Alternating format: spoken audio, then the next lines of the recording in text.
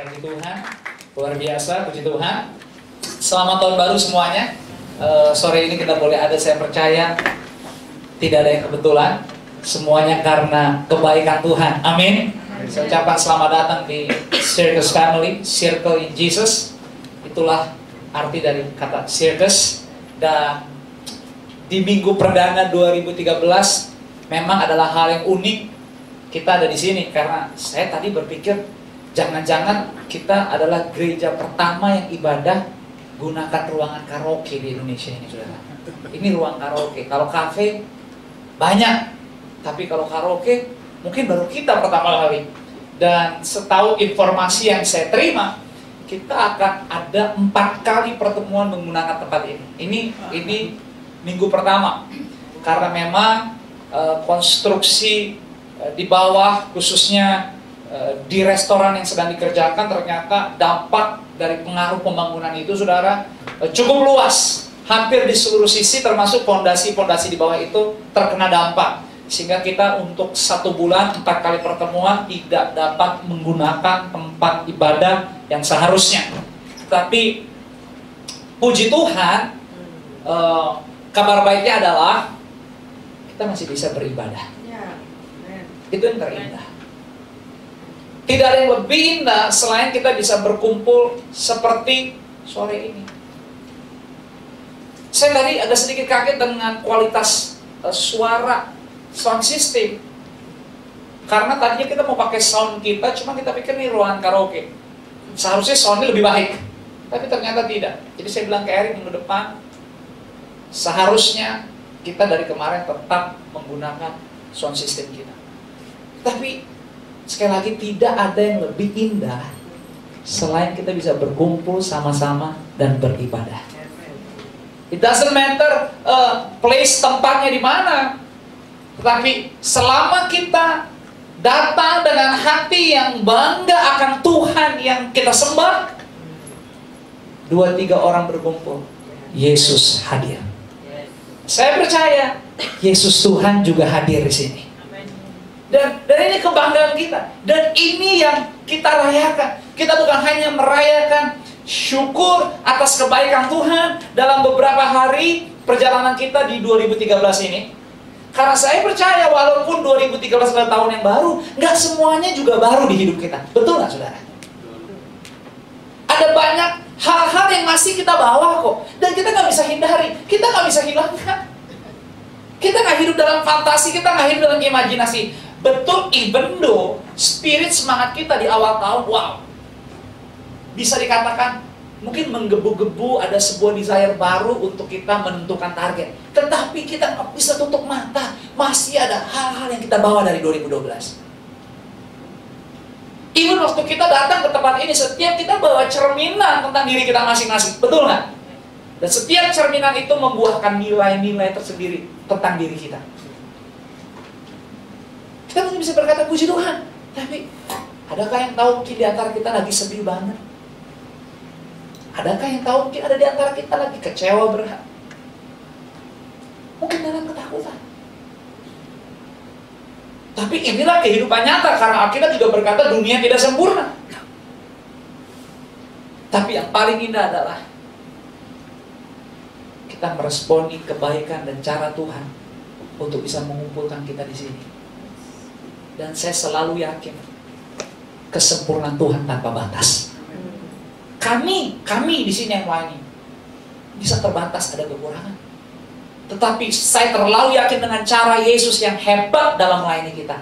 Kuasanya tidak terbatas. Sebab Dia Allah yang sanggup. Dia Allah yang luar biasa. Itu yang kita kagumi, itu yang kita banggakan. Itu yang bisa membuat kita merenung di awal tahun ini bahwa dahsyat. Tuhan, di awal tahun ini saya mau punya kesepakatan untuk menulis cerita hidup saya di dalam Engkau, dalam buku kehidupanku. Karena itu yang Tuhan mau.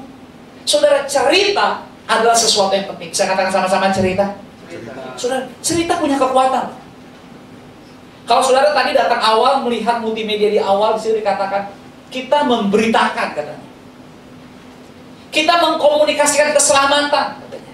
Kita mengkomunikasikan kasih. kita mengkomunikasikan cinta, kita mengkomunikasikan persahabatan, kita mengkomunikasikan kepedulian. Tadi ada tayangannya. Dan cerita, saya juga nggak tahu multimedia apa yang ditayangkan, ternyata bisa dikatakan mirip dengan apa yang saya ingin sampaikan, yaitu tentang cerita. Cerita adalah sebuah bentuk yang paling primitif, yang paling kuno, dan yang paling suci dalam yang namanya komunikasi. Cerita. Cerita punya kekuatan yang luar biasa. Bahkan sekarang orang bisa lebih percaya cerita daripada fakta. Cerita punya pengaruh yang hebat. Sehingga jangan kaget dalam perjalanan Yesus yang luar biasa, hidupnya penuh dengan cerita. Amin. Dan cerita bukan hanya membuat saudara memberikan dorongan, tetapi melalui sebuah cerita, saudara juga akan menerima yang namanya support dan supporter. Cerita. Cerita bukan hal yang main-main. Dan saya percaya bagian yang penting juga dalam perjalanan hidup kita, bahkan di minggu perdana 2013 ini adalah bagaimana kita benar-benar memahami betul bahwa kita juga harus punya cerita tentang diri kita yang baik di buku hidup kita tahun ini. Bukan kita menulis cerita orang lain di buku hidup kita, tapi kita harus bisa menulis cerita tentang diri kita sendiri di dalam Tuhan, dalam buku hidup kita. Amin. Itulah kenapa kita rayakan Natal dengan bangga, dan kita rayakan Natal dalam 2012 melalui malam kudus, candlelight, yang melambangkan apa? Cahaya terang lilin Natal. Terang dan cahaya yang sama yang Tuhan rindukan oleh hidup saudara dan saya. Menjadi cahaya. Alkitab berkata, jadilah garam, jadilah terang. Dan itu hanya bisa terjadi, itu hanya bisa menjadi kenyataan waktu hidup saudara dan saya punya cerita. Bisa katakan sama-sama cerita? Cerita adalah kekuatan yang hebat. Cerita adalah kekuatan yang luar biasa. Dan di minggu perdana ini saya menyemangati saudara untuk saudara bisa sungguh-sungguh mau mulai menulis cerita tentang diri kita sendiri di dalam buku hidup kita. Kita tidak menceritakan cerita kehidupan orang lain, tetapi cerita kehidupan diri kita sendiri di dalam Tuhan di buku hidup kita. Bagaimana cara mulainya? Kerangka apa, pertanyaannya, yang harus bisa kita miliki untuk mulai cerita tentang diri kita sendiri dalam Tuhan di buku hidup kita? Salah satu kerangka awal yang saya bisa sampaikan di minggu perdana awal tahun ini adalah saudara mulai belajar grab the tail, not the head. Pegang ekornya, jangan kepalanya. Kerangka apa yang saudara bisa miliki untuk kita sama-sama bisa mulai tulis cerita tentang diri kita di dalam Tuhan di buku hidup kita tahun ini adalah mulai belajar untuk pegang ekornya, jangan kepala. Katakan pegang ekornya, katakan kepada kiri kanan, pegang ekornya, jangan kepala. Grab the tail, not the head. Saudara tahu cerita ini kisah tentang siapa? Ini cerita tentang Musa. Dalam perjalanan hidup Musa, selalu ada yang menemani Musa, dan selalu Musa bawa kemana-mana. Dan apa yang Musa bawa saat itu di tangan dia? Kita katakan apa? Tongkat. Tongkat ini adalah tongkat yang biasa, tongkat yang memang Musa bawa untuk nemenin Musa, salah satunya dalam perjalanannya membantu dia berjalan. Salah satu juga menopang fisiknya dia. Tongkat itu tongkat biasa. Musa miliki, Musa atur cara menggunakannya buat dirinya. Biasa. Tetapi ajaibnya, waktu tongkat itu Tuhan ubahkan, tongkat Musa yang sama yang Musa gunakan sebelumnya adalah tongkat yang pada akhirnya sanggup membelah Laut Merah. Ajaib, amin. Tongkat yang sama juga yang Musa gunakan, Tuhan katakan pukul batu di Gunung Horeb itu, dan salah satu batu di Gunung Horeb itu mulai terpecah dan akhirnya mengeluarkan air dan bisa memberkati banyak orang Israel. Tongkat itu tongkat yang diubahkan Tuhan. Dan bagaimana caranya Tuhan mengubahkan? Sudah tahu cerita ini? Kita lihat sama-sama Keluaran 4 ayat 2 dan ayat yang ketiga. Nanti kita akan dibantu di multimedia di depan. Thank you. Kita akan lihat sama-sama, kita baca. Demikian bunyi firman Tuhan. Saya harap sudah bisa mendapatkan juga kebenaran firman Tuhan di depan. 1, 2, 3. Tuhan apa? Berfirman kepadanya, apakah yang di tanganmu itu? Jawab Musa apa katanya? Tongkat. Ayat yang ketiganya, firman Tuhan, lemparkanlah itu ke tanah, dan ketika itu dilemparkannya ke tanah, maka tongkat itu menjadi ular, sehingga Musa lari. Dan apa? Saudara, sebagian kita hafal ceritanya, bahkan udah tahu. Bahkan saya percaya ayat-ayat sebelumnya, mungkin ayat-ayat sesudahnya juga belum ditayangkan, saudara udah hafal ayat-ayat selanjutnya. Tetapi Tuhan katakan waktu lemparkanlah tongkat itu. Dan waktu Musa lemparkan tongkat itu ke tanah, tongkat itu Alkitab katakan menjadi apa? Menjadi ular. Wah, even Musa sendiri juga nggak tahu bahwa tongkat yang selama ini ternyata sama dia adalah ular, saudara. Dan ternyata ular di sini adalah sebuah lambang dari kutuk yang akan terjadi dan dialami semenjak kejatuhan manusia di dalam dosa. Hal yang sama juga mungkin kita tidak memiliki tongkat Musa. Tapi mungkin tongkat Musa bagi diri kita adalah karir kita. Mungkin tongkat Musa hari itu bagi diri kita adalah sesuatu yang hari ini kita katakan, ini berharga banget dan ini adalah milik saya. Mungkin bicara tentang hubungan, mungkin bicara tentang pekerjaan, mungkin berbicara hal yang terbaik, barang yang terbaik yang saudara peroleh di 2012 kemarin. Tapi siapa yang nyangka ternyata sesuatu yang kita banggakan, sesuatu yang kita miliki, sesuatu yang selama ini bersama dengan kita, tanpa kita sadari, mungkin waktu Tuhan berkata lemparkan itu, mungkin bisa berubah menjadi apa? Tadi, ular. Ada sebuah sifat alami yang tidak bisa dihindari semenjak manusia jatuh di dalam dosa, yaitu kutuk. Curse. Sehingga benar kata Paulus, kenapa kita harus tetap berjaga-jaga dan waspada? It is true, Yesus mati memberi penebusan yang sempurna buat kita semua. Yang setuju katakan amin. Amin. Tapi Alkitab berkata, saudara, kuasa jahat atau si iblis itu tidak pernah tinggal diam. Dia akan seperti singa yang mengaum-ngaum berjalan berkeliling-keliling mencari mangsanya. Itulah kenapa kita harus benar-benar bahwa 2013 memperhatikan lebih lagi segala hal. Musa selalu kemana-mana dengan tongkat itu. Saudara, buat Musa ini mungkin tongkat biasa, tetapi saudara tahu waktu tongkat itu diubahkan oleh Tuhan, hal-hal yang luar biasa terjadi melalui tongkat itu.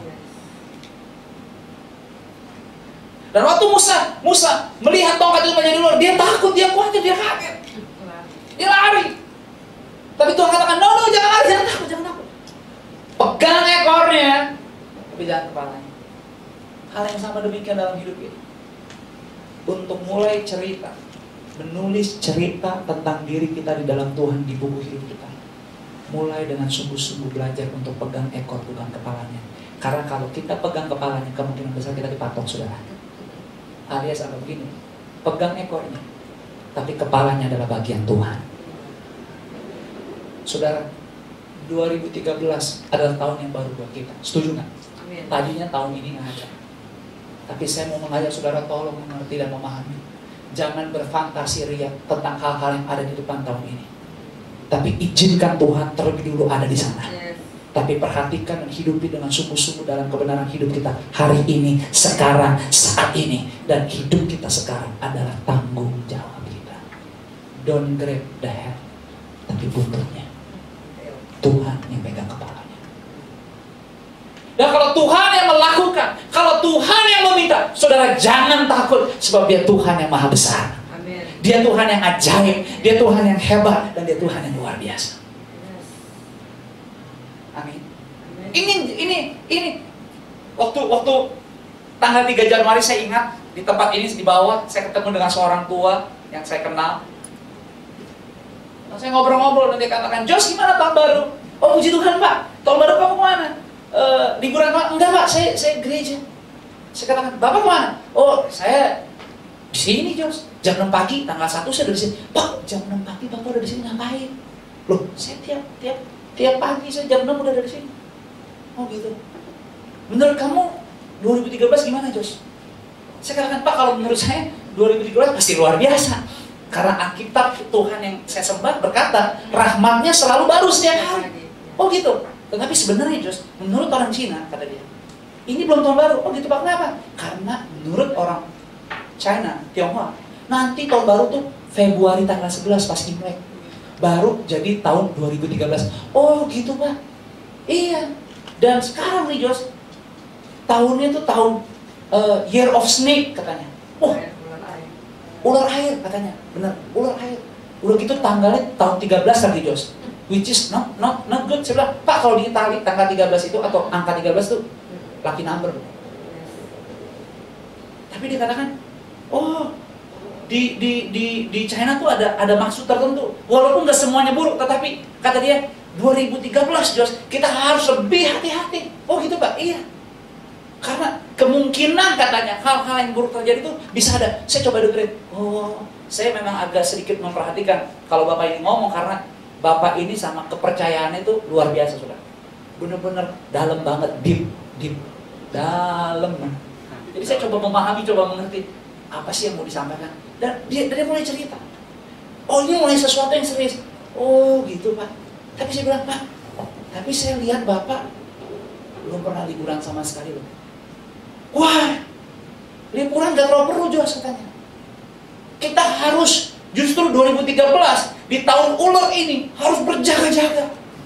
Alkitabiah banget sih berjaga-jaganya. Tetapi berjaga-jaganya Bapak ini adalah dalam ketakutan.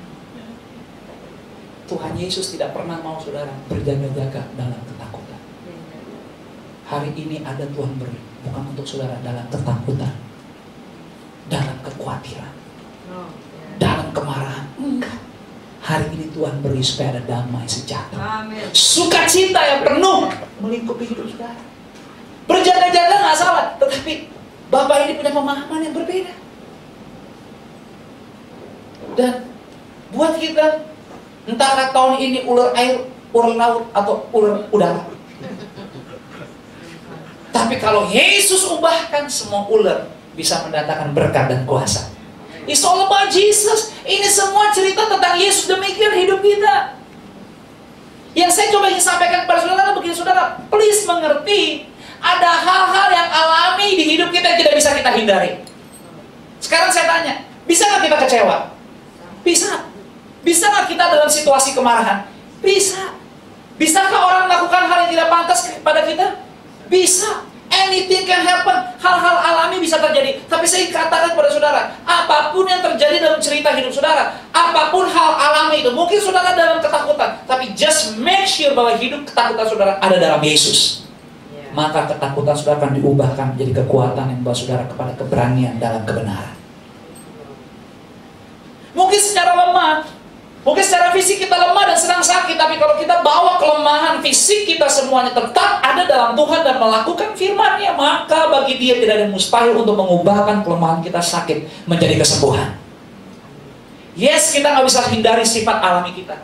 Demikian juga dengan tongkat yang Musa miliki. Tuhan tidak berikan hal yang lain diganti kepada tangannya Musa. Enggak, tapi Tuhan katakan, lemparkan tongkat itu, dan tongkat itu menjadi ular. Tapi Tuhan katakan, jangan kabur, jangan lari. Pegang ekornya, saya akan pegang kepalanya. Dan tongkat yang sama berubah menjadi tongkat yang supernatural dan super ajaib.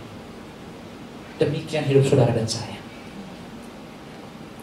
Jangan cari-cari yang tidak saudara perlu di tahun ini. Tapi apapun yang sudah saudara miliki, Tuhan izinkan menjadi bagian hidup saudara.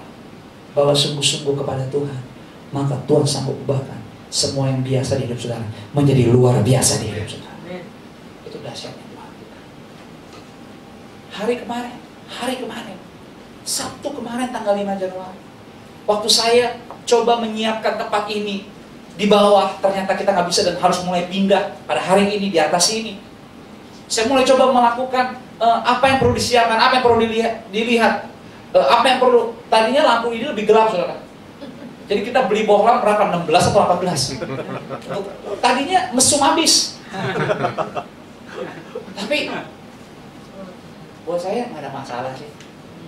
Yang penting nama Tuhan dipermuliakan. Jadi saya bilang ganti aja lampunya. Lucunya apa? Kalau di bawah sana toiletnya horor. Kalau di sini tadinya ruangannya horor, toiletnya ajaib bersih banget, terbalik-balik. Ya tapi itulah hidup. Kadang-kadang nggak semuanya sempurna. Kalau di bawah ruangan enak, toiletnya orang pada takut, horor semua. Di sini terbalik, ruangannya awalnya serem, toiletnya indah luar biasa. Ya tapi itulah hidup. Selagi ada kesempatan, tetap lakukan yang terbaik, terus bisa lakukan dalam Tuhan. Dan apa yang terjadi? Saya ketemu lagi dengan bapak yang saya tadi ceritain, saudara. Dia katakan, Jos kamu ngapain Sabtu ini? Oh enggak Pak, saya lagi nyiapin ruangan Pak. Kita mau pindah ke superroom di atas untuk besok. Oh gitu, oke. Dan setelah saya nyiap-nyiap dari bawah, saya ke atas. Tidak berapa lama kemudian saya turun lagi ke lobi bawah tadi. Dan ternyata bapak yang sama pada tanggal 3 Januari. Bapak yang sama nanya saya sebelumnya. Ketemu lagi di lobi depan. Dia lagi mau masuk mobil, mau pergi. Tiba-tiba dia panggil saya, Jos, sini Jos. Oh Pak, iya Pak. Kenapa Pak? Ada yang bisa dibantu? Jos, saya punya 2 tempat. 2 tempat apa Pak? Dia sebut namanya, saya nggak perlu sebut kepada saudara. Dan untuk dia sebut nama 2 tempat itu, saya katakan, ini tempat canggih banget. Dan dia katakan, Jos, 2 tempat itu 2013 mau saya tutup. Oh iya Pak? Wah, sayang banget tuh Pak. Iya, saya pikir nggak perlu lagi. Ngomong-ngomong, 2 tempat itu saya punya sound system luar biasa. Saya belum pernah ke tempat itu, tapi saya percaya waktu dia sebut tempat itu, sound systemnya pasti hebat luar biasa. Suatu apa yang terjadi? Dia katakan demikian. Jos, kan saya mau tutup tempat itu dua-duanya. Saya pikir-pikir, sound system itu Jos, dahsyat semua. Lightingnya semua dahsyat. Udah buat kamu aja. Saya masih bilang, Pak, kena soalnya gimana? Sorry nih saudara. Karena orang yang saya ceritain sangat dikenal, irit banget, irit alias pelit. Waduh, kalau mau nanya keuangan nih, nggak usah ditanya. 40% Sudirman nih gedung-gedung punya dia. Tapi perak keluar dari kantong dia, nggak bisa dia nyuri saudara. Dia tahu persis. Kalau menurut orang sih nggak mungkin. Tapi saya kasih tahu kepada saudara, 5 Januari kemarin. Saya sampai tanya, saya tanya, kenapa Pak? Enggak, itu tempat saya mau tutup. Setelah saya pikir-pikir, semua sound system lightingnya semuanya tuh Jos. Drum, keyboard, ada 5 atau ada 7. Lighting, mixernya 60 channel. Buat kamu aja. Buat saya Pak, kalau buat saya pakai ibadah loh Pak. Iya, buat kamu aja. Dan suruh tahu apa yang terjadi. Bapak ini saat itu langsung angkat telepon, dia telepon sama orang juga saya nggak kenal. Dia katakan, Maja, besok ada namanya Pak Joshua Supit, itu sound system semua. Pokoknya orangnya Pak Joshua ambil, kamu kasih aja semuanya. Oh iya Pak, saudara, kata Tuhan berkat nggak boleh ditunda-tunda. jadi jangankan besok. Bukan, kemarin Bu malamnya nggak ada cerita hujan kayak apa kayak langsung belum sempat angkut, nggak bisa ngangkut. Kenapa? Ini sound system serius, bukan sound system yang mobile. Waduh luar biasa. Saya telepon, Maja, ini saya Pak Joshua Supit yang tadi telepon Pak Romi. Oh iya, kamu ada di mana? Saya di rumah Pak. Buruan nanti saya kasih berkat. Datang ke situ, saya mau datang mau melihat. Saudara, akhirnya saya ketemu dengan dia. Bilang tuh saya lihat sound systemnya kaget. 60 channel. Wow. Saya bilang, ya ampun melihat. Waduh, melihat ininya. Ini RD 500, kemarin saya lihat ada RD 700 3 biji. Saya sampai, waduh. Saudara, kalau dihitung-hitung, semua yang dikasih itu 2 set, bukan 1 set. 2 set. Itu kalau dihitung-hitung, kata orang bapak ini, dan dari pengalaman saya lihat, saya emang iya, pelit. Tetapi kata Tuhan, hal yang alami. Mungkin pelit, mungkin gak menyenangkan. Semuanya alami kok, semua kita punya kekurangan. Tapi kalau Tuhan ubahkan, tidak ada satu pun yang bisa menghalangi. Orang pertama yang saya telepon adalah ayah saya. Saya cerita, karena ayah saya nggak punya BlackBerry. Saya foto-fotoin saudara sound systemnya. Cuma mau kirim ke ayah saya gimana? Dia punya BlackBerry tapi nggak punya GPRS-nya nggak gede, alias apa? Internetnya nggak aktif. BlackBerry doang punya. SMS aja susah ya saya. Jadi saya bingung, nanti baru saya mau kasih dia foto-foto. Orang yang kedua saya telepon adalah tangan kanannya.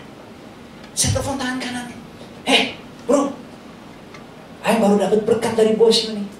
Oh iya, gimana? Apa? Kebetulan tangan kanannya anak Tuhan. Dia katakan, wah Jos, emang Tuhan kita hebat luar biasa. menurut dia nggak mungkin terjadi. Beer Garden tuh nyewa dari dia tuh tanah per meter 750.000 per meter. Kita ibadah hari ini nggak ada yang keluar duit. Sudah jangan main-main. 750.000 per meter bayar. Itu pun bisa digusur kapan aja. Iya, bisa digusur kapan aja. Sudah apa yang terjadi? Tiba-tiba malamnya tangan kanannya telepon saya lagi. Josh, wah benar lo emang diberkati. Emang benar Josh jadi pendeta. Iya, bukan hanya pendeta, kita semua adalah hamba-hamba Allah. Sudah tahu apa yang terjadi? Dia katakan demikian. Lo tahu nggak kenapa? Si Kokoh katanya, si Kokoh berkati. Karena katanya lo orangnya rapi dan bersih. Hebat banget Tuhan ya, ajaib. Tahu nggak dia cuma kenapa? Tiba-tiba hatinya tergugah. Waktu kemarin dia tanya saya, kamu ngapain Jos? Saya lagi nyiapin tempat ibadah. Hatinya tergugah. Ya ampun saudara, hanya modal bersih dan rapi, mujizat bisa terjadi. Hebat. Makanya jangan salah paham. Yang saya mau ngomong begini kepada saudara, ini awal tahun betul, tapi tolong jangan cari-cari yang tidak perlu saudara cari. Jangan mulai mau memiliki yang tidak perlu saudara miliki. Karena apapun yang alami hidup saudara udah lebih dari cukup untuk Tuhan punya acara yang hebat memberkati hidup saudara luar biasa. It's all about heart. It's all about bagaimana hidup kita sungguh-sungguh di dalam Dia menceritakan bagaimana hidup kita punya cerita yang hebat, yang sungguh, cerita yang dihidupi melalui ketaatan, cerita yang dihidupi melalui pengorbanan. Sometimes tetes air mata, sometimes mungkin kita harus puasa. Tapi kalau kita sungguh-sungguh mulai menulis cerita, bukan cerita orang lain, tapi cerita diri kita sendiri di dalam Tuhan, di buku hidup kita, maka setiap bab di akhir cerita buku hidup kita selalu ada cerita mujizat. Siapa yang nyangka? Saya sampai, ya ampun, saya bilang, yang bener bro, iya. Si Koko bilang rapi dan bersih. Makanya dia bingung, daripada tuh dijual-jual, mendingan buat lo aja.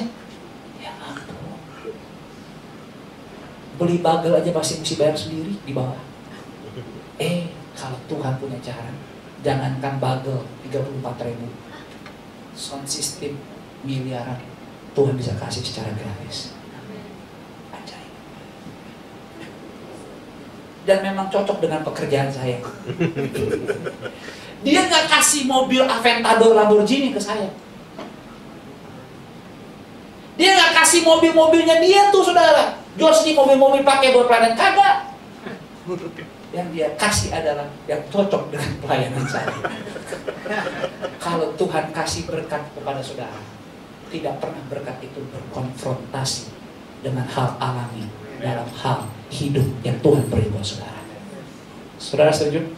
So tolong jangan cari hal-hal yang membuat kita berkonfrontasi dengan kebenaran Tuhan. Maka selalu ada damai. Maka selalu ada sukacita. Firman Tuhan katakan dalam 1 Yohanes 4 ayat 4, kita sejenak lihat.